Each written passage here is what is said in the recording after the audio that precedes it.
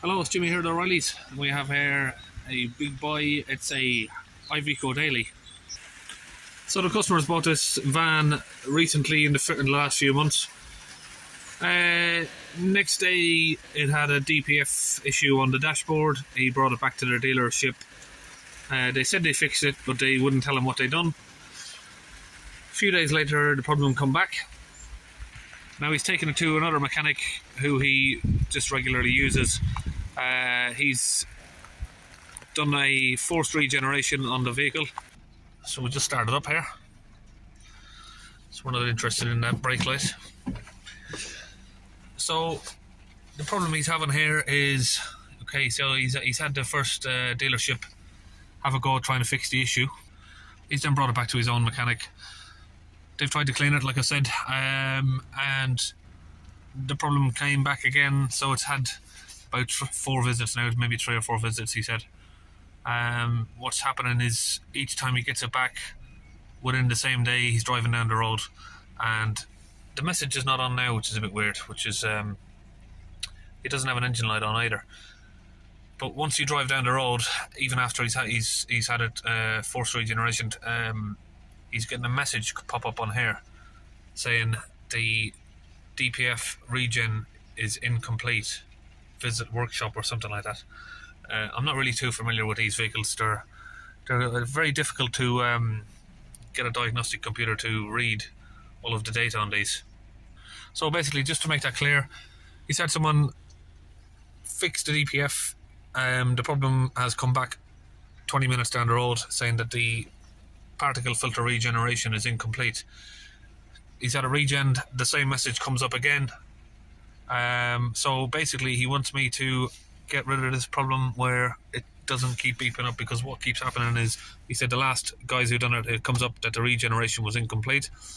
Then it would repeat that message on the next journey and repeat that message on the next journey. Then the engine light comes on, goes into limp mode, and he said it went into limp mode, like a standard sort of limp mode. Then he continued driving it, and then it went sort of completely flat where the revs wouldn't go above sort of 1500.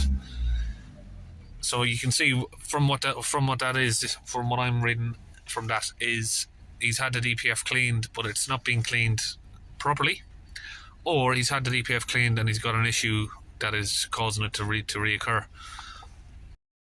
Okay, using the launch Eurotab 3 here, just done a full scan there on the vehicle.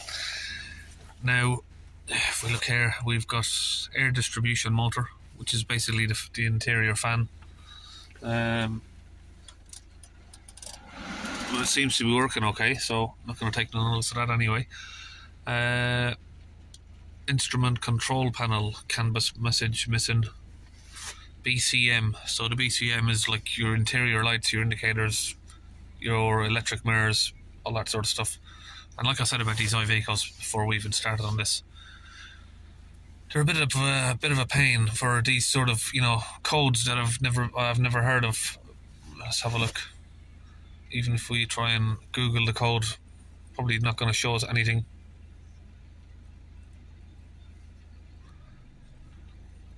No sort of indication at all to what that code means. It's not even a code I've ever seen before or heard of, all of these. Strangely enough, well, one of these EDCs here we can't get into, engine control module, it's not reading it. This one hasn't got any faults in it.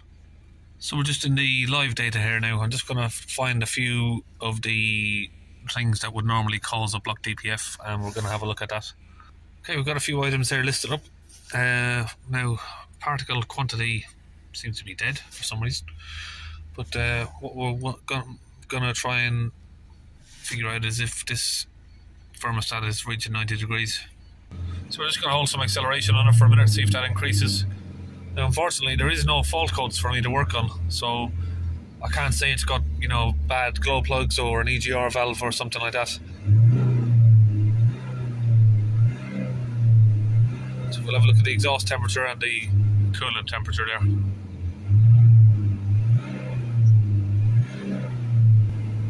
So we can see there we're reached 90 degrees, so that looks all good. The temperature on the DPF is getting up to a nice temperature there, just for holding the revs. It's gone above 200 degrees there. So we have DPF idle pressure around about 25 to 30. I'll accelerate it up. 3000 RPM, it's going above sort of 375 area. We'll switch it off and we'll get the DPF cleaning fluid now put into the vehicle. Okay, so it's the usual story here. So far what we do now is use the Launch UK fluid. We're just making a mix-up of 50% water and fluid in this little bottle here. If we have a look inside, well, we're mixing it up anyway. Made a little bit of a mess there. Just using a 7mm there to open this tube. You can see someone's... It's a bit tight. They're always a bit tight when they haven't been off in a while, but see someone's already put a new sensor on here and new clips, because these aren't original. Okay, we've got the tube off and we're connecting up the hose there. Now we can just go ahead and squeeze the fluid into it.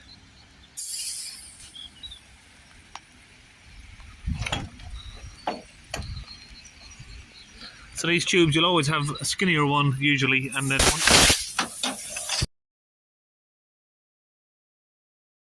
Just make sure that tube is in a little bit tight there because it just came off. We'll try that again and get the fluid back in there. And if you look at these tubes here, you always usually have one skinnier one, and the thicker one is the one that the fluid goes into. Okay, now we've taken that off. We're just going to let that fluid sort of settle down a bit. There's a lot of back pressure on that hose. It keeps pushing off my tube. So now we'll just start the vehicle up. Oh, there's that message: particle filter incomplete.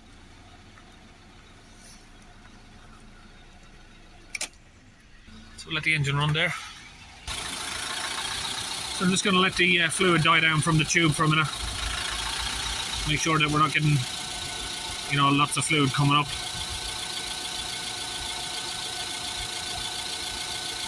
Right, that settles down.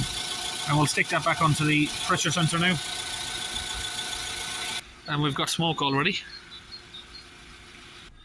We've lost connectivity on the diagnostics because the ignition's been off, so we'll have to reconnect. So if we go press OK on the thing here, you see it says 59 grams, then it goes away. Okay, we just got the chart back up there. Let me just let that screen focus, and we'll hold the revs back up to around about 3000 RPM.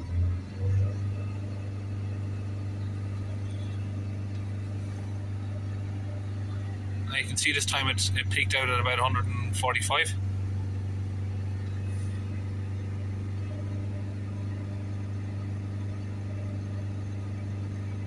Just try and hold the rev steady.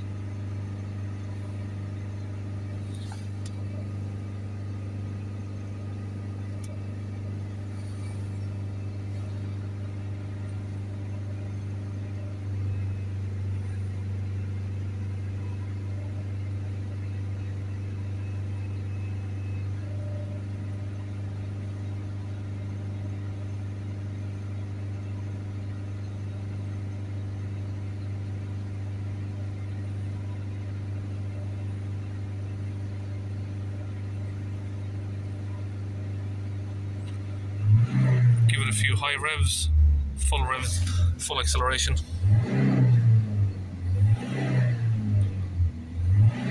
Just to help it clear out.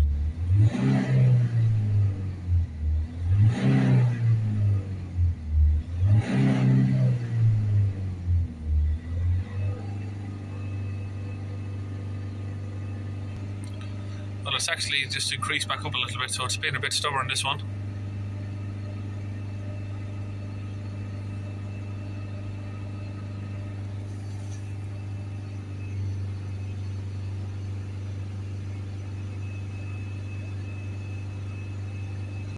Okay, it's been a few minutes. We're still idling above 25 there, so we're going to run another cleaner through it while the engine's running and see if that brings it down.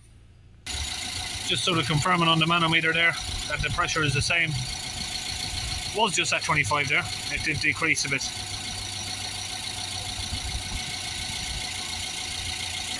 So again there, running the fluid through there. Engine was running this time. Let's see if it makes any difference.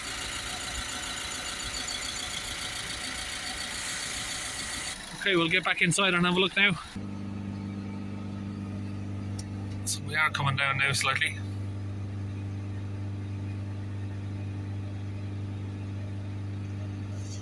We need to get that sort of a minimum underneath 80, but I'd like to get it under 50 if we can. 50 millibars. So we're coming down now, so doing it while the engine was running seemed to have made a bigger difference there.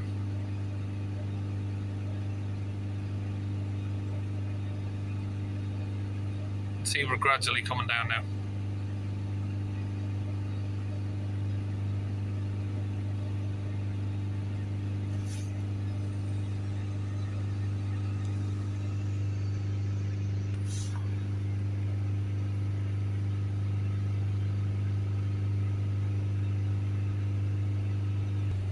So I think we're finally getting some good results there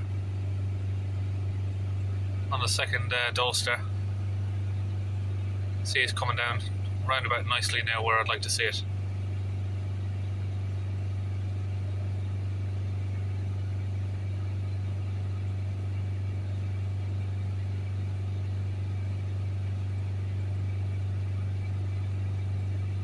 And again, it looks like we're settling out there now around about 54. But that's plenty good enough. That is a very good DPF there pressure. So again, if we keep an eye on the grams of soot there, if we come back out of there and we come back in, it temporarily shows you the grams of soot. Now it's on 0. Let's try that again. It's just gone blank now. Some sort of connectivity issue there with the grams of soot, but we can see the grams of soot came down. So we're now at sort of 8 millibars on idle, and if we hold it at 3000 RPM again, we'll have a look at the end result.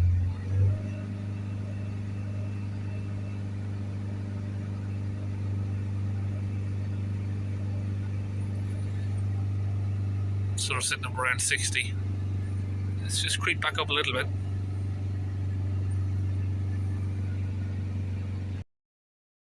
Okay, now that we've got the pressure down, we've went over everything that can sort of cause the DPF to block up. So we're getting an ambient temperature reading. The temperature on the coolant is reaching 90 degrees. We haven't got any sort of faults logged up for EGR valve or glow plugs. But then again, like I said, these Ivecos, you know, even though the DPF's blocked in here, it's not triggering any sort of fault codes. It's saying on the dashboard that there's a problem with the DPF. It's not regenerating. Or it's the regeneration has failed because it's too blocked to even do a successful regeneration, basically, from what I can figure out. But yeah, Ivecos are a little bit weird. Now the only thing that I could suggest that wouldn't log a fault code on one of these would be, if I can get a torch down there, right down in there you got the glow plugs. Now I don't know whether or not it's worth ripping those out and testing them or changing them.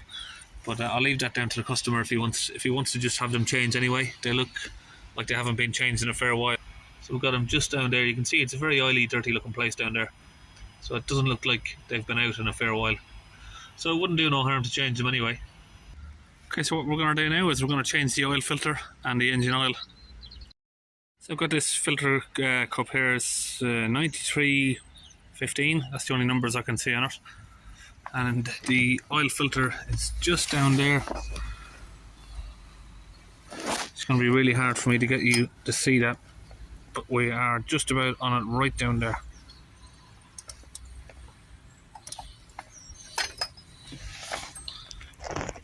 And the sump is just under here. We've got the plug off, which is a size 12 hex. And according to the data, these only take sort of 4.5 litres, but we'll confirm that when we're filling it up. We'll see how much it takes. Yeah, we'll confirm that once we're filling it up. I think 4.5 litres seems quite low to me for such a large van. My VW Crafter takes about 10.5 litres. We've got the old filter out here. Just rub a bit of oil around the seal here on the new filter. Now, I know it's hard to tell about oil, but apparently that was changed last week, 3 or 4 days ago. It's very thin. possibly because of the first regenerations, of course. It's going to have watered down the diesel. You can see it's sort of diesely.